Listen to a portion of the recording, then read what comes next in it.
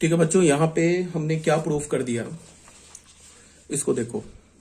यहाँ पे हमने ये प्रूफ कर दिया कि when x is greater than equals to 0, जब x हमारा ग्रेटर देन इक्वल्स टू 0 होगा तो फंक्शन क्या होगा, 1 1 होगा। एक्चुअल में हम कर क्या रहे हैं, एक्चुअल में हमने डोमेन को दो पार्ट में डिवाइड कर दिया।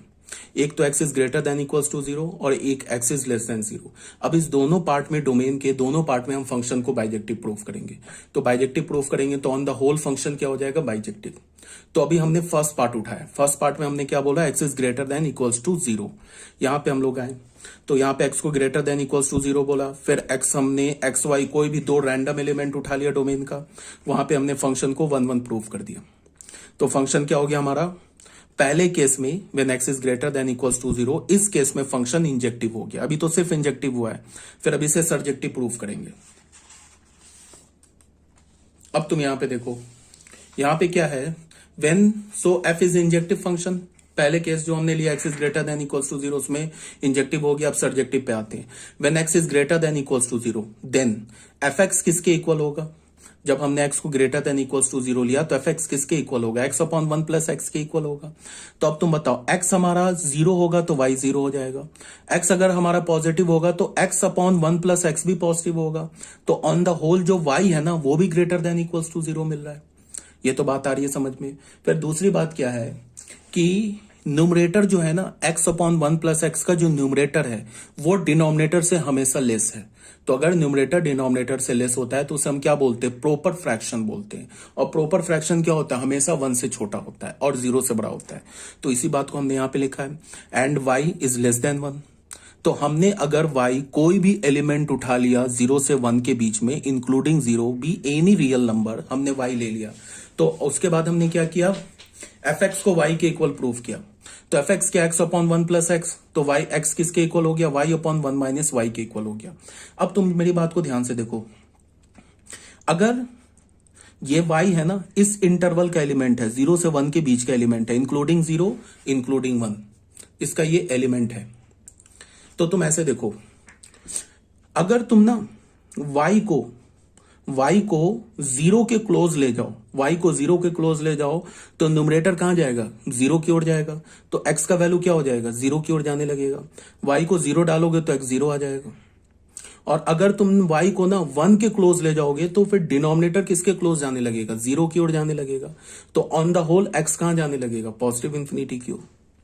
ये पता है ना हमें कि डिनोमिनेटर अगर हम कम करते जाएंगे तो जो हमारा ऑन द होल जो फ्रैक्शन है वो बढ़ता जाएगा। तो अगर मैं बोलूं कि y का लिमिटिंग वैल्यू, x का लिमिटिंग वैल्यू बताओ when y is tending towards 1 from the left hand side, तो क्या हो जाएगा, x is tending towards infinity, positive infinity. अगर मैं बोलूं कि x का लिमिटिंग वैल्यू बताओ when y is tending towards 0 from the right hand side, तो x is also tending towards 0 from the right hand side. और y का value 0 होगा तो x का वैल्यू 0 होगा। ये सब बात आ रही है समझ में। तो यहां पे हमने क्या बोला कि clearly for all y belongs to 0 to 1, अगर तुमने कोई भी y का वैल्यू लिया ना इस इंटरवल में, देयर एग्जिस्ट x, एक x एग्जिस्ट करेगा, वो x क्या होगा, पॉजिटिव भी होगा, ग्रेटर देन इक्वल्स टू भी 0 होगा, और वो x हमारा क्या होगा, ग्रेटर देन इक्वल्स टू 0 होगा। ठीक है, सच डैट उस x को डालेंगे फंक्शन में तो y आ जाएगा। ठीक है, तो 10 x is greater than equals to 0 for all y belongs to 0 to 1। x हमारा क्या, ग्रेटर देन इक्वल्स टू 0। अगर हमने y का रेंज लिया ना 0 to 1, y एक्चुअल में क्या, -1 to 1 है ना, इंक्लूडिंग एक्सक्लूडिंग -1 एक्सक्लूडिंग 1। तो अगर हमने y का वैल्यू 0 से 1 में लिया, सो f is an onto function. f हमारा क्या हो गया, ऑन्टो फंक्शन हो गया। ठीक है, तो इसका मतलब f जो फंक्शन है 0 से लेके इंफिनिटी से लेके 0 to 1 में क्या हो गया, ऑन्टो फंक्शन हो गया। मतलब जो हमने अभी पहला केस लिया ना, इस केस में हमने फंक्शन को ऑन्टो प्रूफ कर दिया। ये जो हमने लिया ना केस, ये जो केस लिया ना, इस केस में हमने फंक्शन को ऑन्टो प्रूफ कर दिया। अब अगर मैं इस सेकेंड केस में भी फंक्शन को ऑन्टो प्रूफ कर दूं तो ऑन द होल ये एफ हमारा क्या हो जाएगा, ऑन्टो हो जाएगा।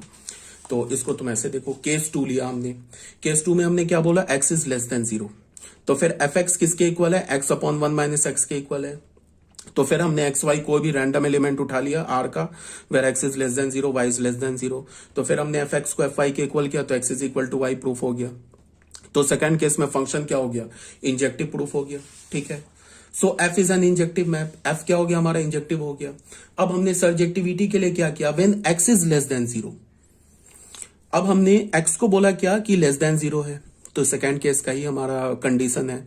तो एफ एक्स क्या होगा, एक्स अपॉन 1 माइनस एक्स, ये भी लेस देन 0 होगा। क्यों, बिकॉज न्यूमरेटर क्या होगा हमारा, पॉजिटिव हो जाएगा, सॉरी डिनोमिनेटर पॉजिटिव हो जाएगा, न्यूमरेटर क्या होगा, निगेटिव होगा, तो निगेटिव अपॉन पॉजिटिव निगेटिव होगा, तो y क्या होगा हमारा, लेस देन 0। अब दूसरी बात को ध्यान से देखो, ये जो एफ एक्स है ना, इसको मैं कैसे लिख सकता हूं, एक्स अपॉन 1 माइनस एक्स लिख सकता हूं। अब x अपॉन 1 माइनस एक्स को मैं क्या लिख सकता हूं, -1 प्लस 1 अपॉन 1 माइनस एक्स लिख सकता हूं। तो ये जो नंबर है ना, ये नंबर, ये तो पॉजिटिव नंबर है ना, बिकॉज x निगेटिव है, न्यूमरेटर में 1 है, डिनोमिनेटर पॉजिटिव हो जाएगा, तो ये तो पॉजिटिव नंबर है। तो अगर ये पॉजिटिव नंबर है, तो पॉजिटिव नंबर में अगर तुम -1 ऐड करोगे तो वो क्या होगा, -1 से बड़ा होगा ना। तो ये -1 प्लस 1 अपॉन 1 माइनस एक्स, ये ग्रेटर देन -1 होगा। ठीक है, एफ एक्स को हमने क्या प्रूव कर दिया, ग्रेटर देन -1। फिर यहां एफ एक्स को क्या बोला, लेस देन 0। तो इसका मतलब एफ एक्स क्या होगा, -1 से 0 के बीच में होगा। अगर हमने x का कोई वैल्यू उठाया ना लेस देन 0, तो y जो होगा -1 से 0 के बीच में होगा। लेट y बिलोंग्स टू -1 से 0। हमने कोई भी y उठा लिया -1 से 0 के बीच में, be an arbitrary real number, कोई भी आर्बिटरी रियल नंबर ले लिया, सच डेट एफ एक्स को y के इक्वल किया, तो एफ एक्स को यहां से y के इक्वल किया, एफ एक्स क्या हमारा x अपॉन 1 माइनस एक्स को y के इक्वल किया, तो x की वैल्यू हमें क्या मिल गई, y अपॉन 1 प्लस y। ठीक है, clearly for all y belongs to -1, 0। अगर हमने कोई भी y ले लिया -1, 0, देयर एग्जिस्ट x, एक x एग्जिस्ट करेगा, वो क्या होगा, निगेटिव होगा, सच डेट वो x को डालेंगे तो y आ जाएगा। समझ रहे हो ना बात को, अगर हमने कोई भी y ले लिया -1, 0, तो एक x एग्जिस्ट करेगा और वो x हमारा लेस देन 0 होगा, और उस x को हम फंक्शन में डालेंगे तो y आ जाएगा। Then for each y belongs to -1, 0, there exist x। अगर हमने कोई भी y उठा लिया -1, 0 के बीच में, तो एक x एग्जिस्ट करेगा, उस x का ये वैल्यू होगा, वो x भी लेस देन 0 होगा। x क्या होगा, less than 0 but greater than -1 होगा, such that F X is equal to y। So f is an onto function from -∞ to 0 to -1 to 0। Hence हमारे पास जो फंक्शन हो गया ना, ये ओरिजिनल जो फंक्शन था, फंक्शन क्या था original function, function r minus is an onto function. Original जो फंक्शन था हमारे पास, r से हमने क्या लिया था,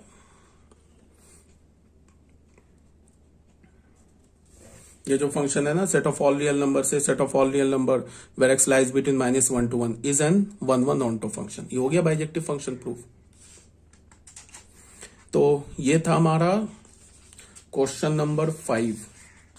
अब बच्चों आ जाओ क्वेश्चन नंबर 6 में। क्वेश्चन नंबर 6 क्या बोल रहा है, इसको थोड़ा ध्यान से देखो।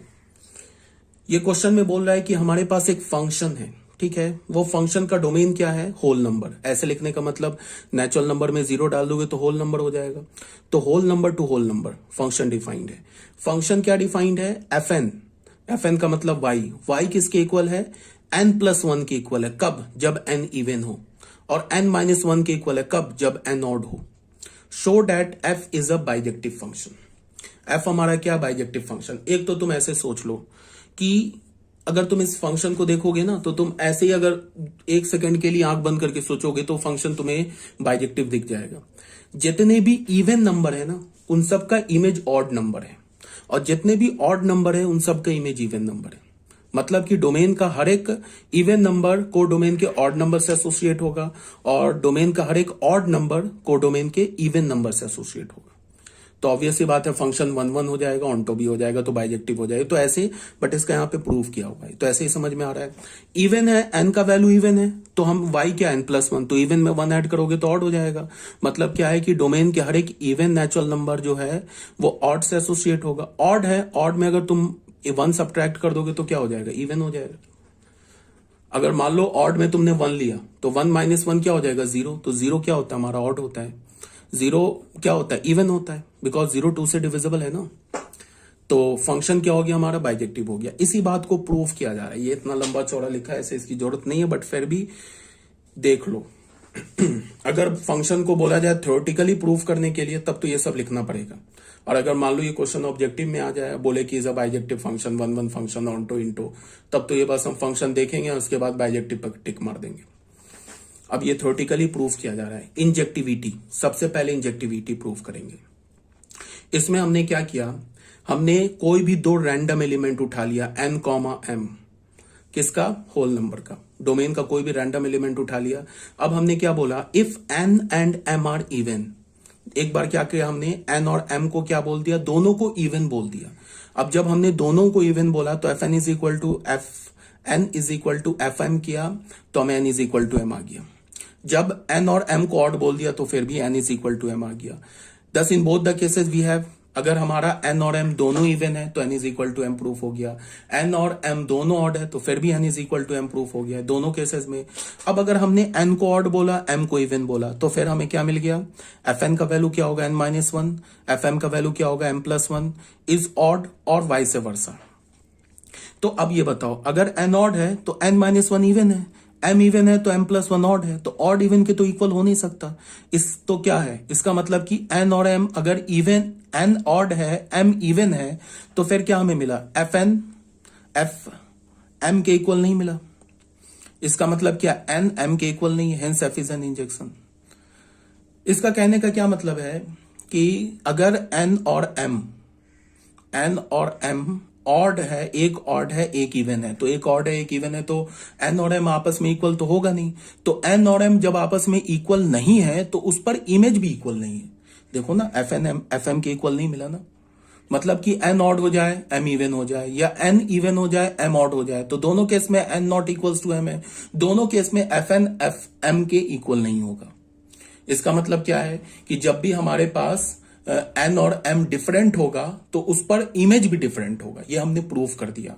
और n और m को दोनों को अगर हम इवन बोलते हैं, ठीक है, n और m दोनों को इवन बोलते हैं, और मैंने बोला n और m पर फंक्शन का वैल्यू सेम है, तो फिर हमें n is equal to m भी मिल गया। और n और m दोनों को ऑड बोलते हैं, और हमने बोला कि n और m पर फंक्शन का वैल्यू सेम है, तो फिर हमें n is equal to m मिल गया। n और m में से दोनों में से किसी एक को इवन और एक को ऑड ले लिया, तो ऑड और इवन ले लिया, तो n और m क्या हो गया, दो डिफरेंट नंबर हो गया ना। तो दो डिफरेंट नंबर हो गया तो उस पर इमेज भी डिफरेंट नहीं है, यही तो इंजेक्टिव फंक्शन का डेफिनेशन है। तो हमारा फंक्शन क्या हो गया, इंजेक्टिव हो गया। अब सर्जेक्टिव प्रूफ करना है। तो सर्जेक्टिव के लिए हमें क्या दिखाना है, सर्जेक्टिव के लिए हमें यह दिखाना है कि कोडोमेन के हर एक नेचुरल नंबर, जितने भी कोडोमेन में होल नंबर है, उनका प्री इमेज एग्जिस्ट कर रहा है, तभी तो जाके फंक्शन क्या प्रूफ होगा, सर्जेक्टिव। तो हमने क्या बोला, let n be an arbitrary element of codomain. n हमने कोई भी आर्बिटरी एलिमेंट ले लिया। इफ n इज ऑड, अगर हमारा n ऑड है natural number, then there exist an even natural number. अगर n ऑड है, तुम ऐसे सोचो ना, तुम ऐसे सोचो कि अगर हमने डोमेन से इवन उठाया, दो उठाया डोमेन से, तो उसका इमेज क्या मिलेगा, 3। तो इसको हम ऐसे बोल सकते हैं कि अगर कोर डोमेन से हमने 3 उठाया तो उसका प्री इमेज क्या मिलेगा, 2। तो 3 से 2 पर कैसे आए, 1 सब्ट्रैक्ट करके आए ना, 1 क्या करके आए, हम सब्ट्रैक्ट करके आए। तो इसका मतलब कि जितना कोर डोमेन में जितने भी ऑड है वो डोमेन के इवन से एसोसिएट है, और कोर डोमेन के जितने भी इवन है वो डोमेन के ऑड से एसोसिएट है। तो यही बात को यहां पे बोला जा रहा है, इफ n इज ऑड, अगर n ऑड नेचुरल नंबर है, then there exist an even natural number n minus one. एक even natural number n minus one exist करेगा, और उस इवन नेचुरल नंबर को अगर ये n माइनस वन इवन है तो कौन सा यूज करेंगे, ये वाला यूज करेंगे ना, ऊपर वाला। तो n माइनस वन को तुम फंक्शन में डालोगे तो n मिल जाएगा। मतलब क्या हो गया कि कोडोमेन के सारे इवन नेचुरल नंबर का प्री इमेज मिल गया। अब आ जाते हैं ऑड नेचुरल नंबर के पे। If n is even natural number, then there exist an odd natural number. Sorry, यहां पे ऑड मैंने बोला, इसका मतलब ये है कि कोडोमेन के सारे ऑड नेचुरल नंबर का हमें प्री इमेज मिल गया। अब अगर हमने n को ले लिया even natural number, then there exist an odd natural number n plus one. अगर हमने n को इवन नेचुरल नंबर ले लिया कोडोमेन का, तो एक ऑड नेचुरल नंबर एग्जिस्ट करेगा n प्लस वन। ठीक है, वो भी क्या होगा, डोमेन का एलिमेंट होगा। उस ऑड नेचुरल नंबर को डालेंगे, n प्लस वन तो ऑड है ना, तो n प्लस वन ऑड है, तो ऑड का डेफिनेशन तो ये वाला है ना, तो उसकी जगह हम डालेंगे तो हमें क्या मिल जाएगा, F of N plus one क्या हो जाएगा, एन के इक्वल हो जाएगा, ठीक है। ऑल्सो 1 पर फंक्शन का वैल्यू 0 है, तो 0 का प्री इमेज 1 है। तो यहां से हमें क्या पता चल गया कि अगर हम 0 को हटा देते हैं, अभी 1 मिनट के लिए 0 को हटा देते हैं, तो जितने भी मैंने क्या बोला कि अगर हमारा n जो है वो ऑड है, तो अभी हमने 0 को हटा दिया कोडोमेन से, n को हमने ऑड बोल दिया, तो मैंने बोला कि अगर n ऑड है, कोडोमेन का एलिमेंट है, तो उसके क्रॉसपॉन्डिंग एक इवन नेचुरल नंबर डोमेन में मिल रहा है। उस इवन नेचुरल नंबर को हमने क्या बोला, n-1, और उस n-1 को फंक्शन में डालेंगे ना, n-1 को फंक्शन में डालेंगे तो n के इक्वल आ जाएगा। इसका क्या मतलब है कि सारे ऑड नेचुरल नंबर का प्री इमेज डोमेन में मिल गया, सारे ऑड नेचुरल नंबर का प्री इमेज क्या मिल गया, इवन नेचुरल नंबर, ठीक है। अब अगर हमने कोडोमेन का कोई भी इवन नेचुरल नंबर लिया, ठीक है, तो उसके लिए एक ऑड नेचुरल नंबर एग्जिस्ट कर रहा है डोमेन में, वो ऑड नेचुरल नंबर किसके इक्वल है, n+1 के इक्वल है। उस n+1 को अगर हम फंक्शन में डालेंगे तो फिर n मिल जाएगा। फिर फंक्शन का वैल्यू 1 पर क्या है, 0। इसका मतलब कोडोमेन में जब हमने ऑड इवन बोला ना, तो उसमें हमने 0 को भी हटा दिया था, ठीक है। फिर इसका मतलब क्या है कि 0 का भी प्री इमेज एग्जिस्ट कर रहा है, तो हो गया। कोडोमेन के सारे इवन नेचुरल नंबर का प्री इमेज एग्जिस्ट कर रहा है, कोडोमेन के सारे ऑड नेचुरल नंबर का प्री इमेज एग्जिस्ट कर रहा है, और 0 का भी प्री इमेज एग्जिस्ट कर रहा है। तो बचा क्या कोडोमेन में, कुछ नहीं बचा। Hence function is onto. तो पहले अभी हमने 1-1 प्रूफ कर दिया था, फिर फंक्शन को हमने ऑन टू प्रूफ कर दिया, तो फिर फंक्शन हमारा क्या हो गया, बाइजेक्टिव प्रूफ हो गया, ठीक है। अब बच्चों आ जाओ क्वेश्चन नंबर 7 में। क्वेश्चन नंबर 7 में क्या बोल रहा है, show that the function F R to R given by, ये हमारे पास फंक्शन दे रखा है x³ plus x is a bijection. ये हमें शो करना है, प्रूफ करना है कि हमारा फंक्शन जो है बाइजेक्शन है। तो सबसे पहले से इंजेक्टिव प्रूफ करेंगे, फिर हमें सर्जेक्टिव प्रूफ करेंगे, फिर बाइजेक्टिव प्रूफ कर देंगे। तो फिर फंक्शन का डोमेन क्या है, ऑल रियल नंबर। तो हमने XY एलिमेंट उठा लिया ऑल रियल नंबर का, फिर उसको हमने fx को fy के इक्वल प्रूफ किया। fx किसके इक्वल होगा, x³ प्लस x के, fy किसके इक्वल होगा, y³ प्लस y के। यहां से हमने x³ y³ को एक साथ रखा, x माइनस वाई कर दिया। फिर इसको हमने फैक्टराइज कर दिया, फैक्टराइज करने के बाद x माइनस वाई कॉमन ले लिया, तो ये आ गया हमारे पास। अब हमने क्या किया, बात को ध्यान से देखो। हाफ हमने ना यहां से यहां तक कैसे गए, हाफ से 2 से डिवाइड किया, यहां 2 से मल्टीप्लाई कर दिया। फिर इस ब्रैकेट में मैं को ऐसे लिख सकता हूं ना, x प्लस वाई का whole square plus X square Y square plus 2, ठीक है। तो अब तुम इसको ध्यान से देखो, ये वाली जो चीज है ना, ये ग्रेटर देन इक्वल्स टू 2 है। ये कभी भी अगर तुमने एक्स वाई का वैल्यू 0 ले लिया ना, तो इसका वैल्यू 2 आ जाएगा। और एक्स और वाई का वैल्यू अगर तुमने कोई भी पॉजिटिव ले लिया, निगेटिव ले लिया, ये तो पॉजिटिव आएगा, ये भी पॉजिटिव आएगा, तो इसका मतलब +2 ऐड करोगे तो ग्रेटर हो जाएगा। तो इसका क्या मतलब है कि ये जो क्वांटिटी लिखा है ना, ग्रेटर देन इक्वल्स टू 2 है हमेशा, तो ये तो कभी 0 हो नहीं सकता। तो इसका मतलब कि 1/2 ये भी 0 नहीं हो सकता, बट ये लेफ्ट हैंड साइड पूरा 0 दे रखा है, इसका मतलब ये वाली चीज 0 है, x माइनस वाई 0 है। ये बात आ रही है ना समझ में। इसका क्या मतलब है कि ये जो x माइनस वाई है ये 0 है, ये चीज 0 है, ये तो ग्रेटर देन इक्वल्स टू 2 मिला। तुम ऐसे सोचो, एक्स वाई का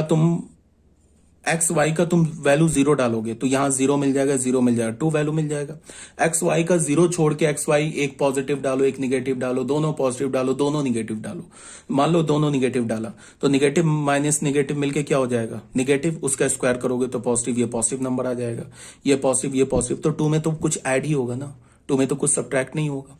एक पॉजिटिव एक निगेटिव डाला तो ये सब्ट्रैक्ट हो जाएगा, माइनस हो जाएगा, माइनस होने के बाद फिर स्क्वायर है, एक निगेटिव एक पॉजिटिव डाला, ये तो हमेशा पॉजिटिव हो, तो हमेशा तो 2 में ऐड ही हो रहा है ना, 2 में सब्ट्रैक्ट तो नहीं हो रहा है।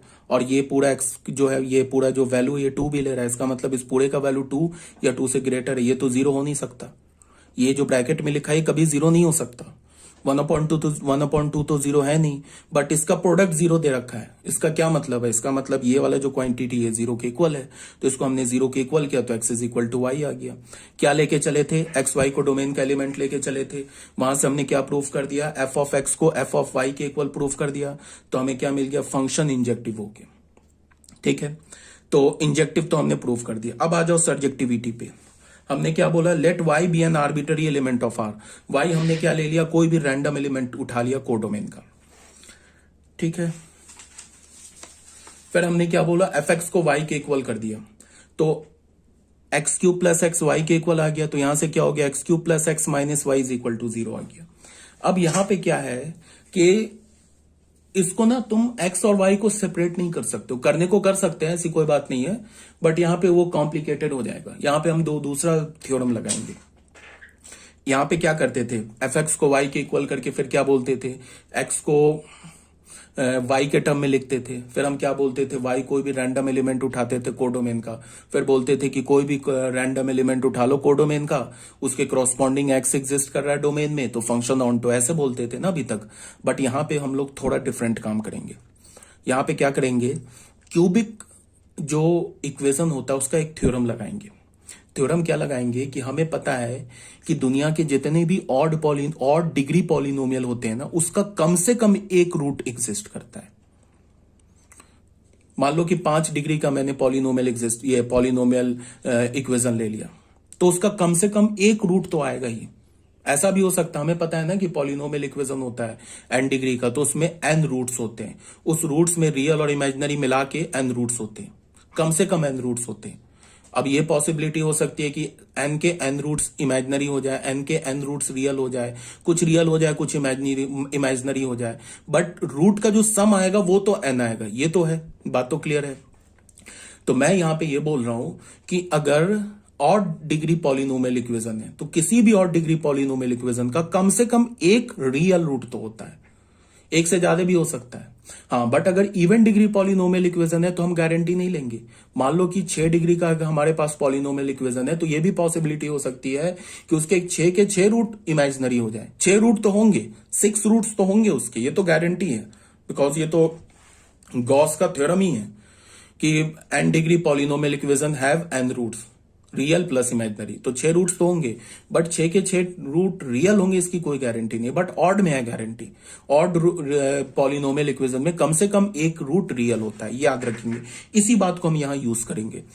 यहां पे मैंने क्या बोला, we know that an odd degree equation has at least one real root, कम से कम एक रियल रूट होगा।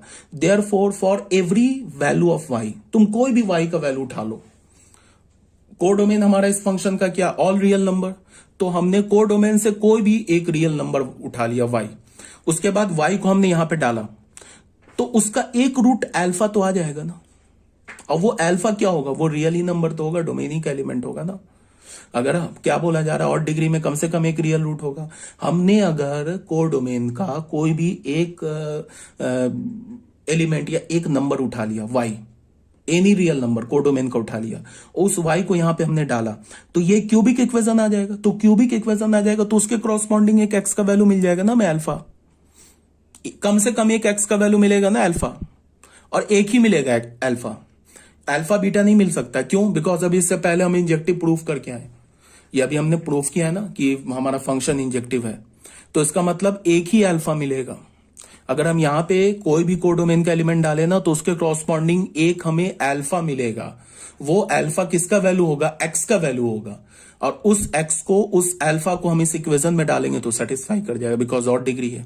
तो यहां पे क्या हो जाएगा, यही बोल रहा है, therefore for every real number y का हम कोई भी रियल नंबर लें, the equation x cube plus X minus Y is equal to 0 has a real root alpha, एक रियल रूट अल्फा होगा such that alpha cube plus alpha minus 1 is equal to 0 हो जाएगा। ठीक है, इसका मतलब alpha satisfy कर जाएगा, और एक ही अल्फा मिलेगा, बीटा नहीं मिलेगा। और डिग्री तो बोल रहा है ना कम से कम एक रियल रूट होगा, तो 2 भी हो सकता है, बट यहां पे 2 नहीं होगा। यहां पे इसलिए 2 नहीं में होगा बिकॉज इससे पहले भी हम फंक्शन को 1 प्रूफ करके आए। अगर मान लो अल्फा बीटा 2 मिल जाए तब तो फिर गड़बड़ हो जाएगा। इसका मतलब कि यहां हम इसको सॉल्व करेंगे तो अल्फा पे भी सेटिस्फाई कर जाएगा, बीटा पे भी। एक y के वैल्यू के 2 क्रॉसपॉन्डिंग x का अगर हमें 2 वैल्यू मिल जाए तब तो ये फंक्शन मेनीमन हो जाएगा ना, मेनीमन। बट हमें अभी हम प्रूफ करके आए ना कि फंक्शन 1 है, इसका मतलब कि x का एक ही वैल्यू मिलेगा अल्फा, और वो अल्फा रियल नंबर होगा, वो डोमेन का एलिमेंट होगा। तो यहां पे हमने क्या बोला, real alpha such that alpha cube plus alpha minus 1 is equal to 0 हो जाएगा, तो F of alpha is equal to y हो जाएगा। अल्फा क्या हमारा real number, thus for every y belongs to r there exist alpha, ठीक है, या फिर अल्फा बोल लो, या there exist x belongs to r such that f of alpha is equal to y बोल लो, या f of x is equal to y बोल लो। So f is a surjective map. f हमारा क्या है, एक सर्जेक्टिव मैप है। ठीक है, तो ये हमारा हो गया क्वेश्चन नंबर 7। अब बच्चों आ जाओ क्वेश्चन नंबर 8 में। क्वेश्चन नंबर 8 में क्या बोल रहा है, शो डैट हमारे पास एक फंक्शन है from the set of all natural number two the set of all natural number defined by. हमने एक फंक्शन डिफाइन किया। क्या फंक्शन डिफाइन किया, f of n is equal to n plus 1 by 2 if n is odd, f of n is equal to n by 2 if n is even, is a many one onto function। ये हमें prove करना है कि ये many one onto function है। तो ये तो बहुत सिंपल सा है, मेनी वन तो एक काउंटर एग्जांपल देंगे उसी से प्रूफ हो जाएगा। तो देखो, ऑड के केस में हमें ये यूज करना है, इवन के केस में हमें ये यूज करना है। तो अगर हमने n का वैल्यू 1 लिया तो n1 क्या हमारा ऑड है, तो कहां डालेंगे, यहां डालेंगे। तो 1 प्लस 1 क्या हो जाएगा, 2/2 क्या हो जाएगा 1। इसका मतलब 1 पर इमेज क्या मिला, 1। 1 पर इमेज हमें क्या मिला, 1 मिला। अब अगर हमने n का वैल्यू 2 लिया तो 2 क्या हमारा इवन, तो यहां डालेंगे। तो 2/2 1 आएगा। इसका मतलब कि 2 पर भी 1 इमेज आ रहा है, 1 पर भी इमेज क्या आ रहा है, 1 आ रहा है। तो 1 और 2 तो हमारा दो डिफरेंट एलिमेंट है, जिस पर इमेज सेम आ रहा है, तो फंक्शन मेनी वन हो गया। ठीक है ना, तो यही बात यहां पे लिखा हुआ है। अब हमें क्या प्रूफ करना है इसे, अब हमें इसे प्रूफ करना है कि ये हमारा एक ऑन्टो फंक्शन है। तो ऑन्टो फंक्शन के लिए हमने क्या किया, ध्यान से देखो, सर्जेक्टिविटी। ठीक है, let n be an arbitrary element of n। n हमने कोई भी रैंडम एलिमेंट उठा लिया कोडोमेन का, तो वो रैंडम एलिमेंट उठाए तो वो क्या हो सकता है, या तो ऑड हो सकता है या तो इवन हो सकता है। हमने बोला n ऑड है। हमने क्या बोला कि n जो है ना हमारा ऑड है। तो अगर n ऑड है देन 2n-1 क्या होगा, ये बताओ। n किसी भी ऑड नेचुरल नंबर में अगर 2 मल्टीप्लाई कर दोगे तो वो क्या हो जाएगा, इवन हो जाएगा। और इवन में 1 सब्ट्रैक्ट कर दोगे तो क्या हो जाएगा, ऑड हो जाएगा। तो 2n-1 क्या होगा, ऑड होगा। अगर हमने कोडोमेन का कोई नेचुरल नंबर n उठाया तो 2n-1 जो होगा ये डोमेन का एलिमेंट होगा, जो कि हमारा ऑड है। तो इस ऑड को तुम अगर डालोगे ना यहां डालोगे ना n की जगह 2n-1, तो फिर n आ जाएगा।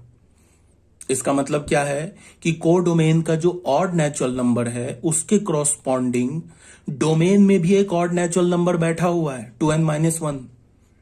कोडोमेन का जो ऑड नेचुरल नंबर हमने n लिया ना, उसके क्रॉसपॉन्डिंग हमें डोमेन में एक नेचुरल नंबर मिल गया, ऑड नेचुरल नंबर 2n-1।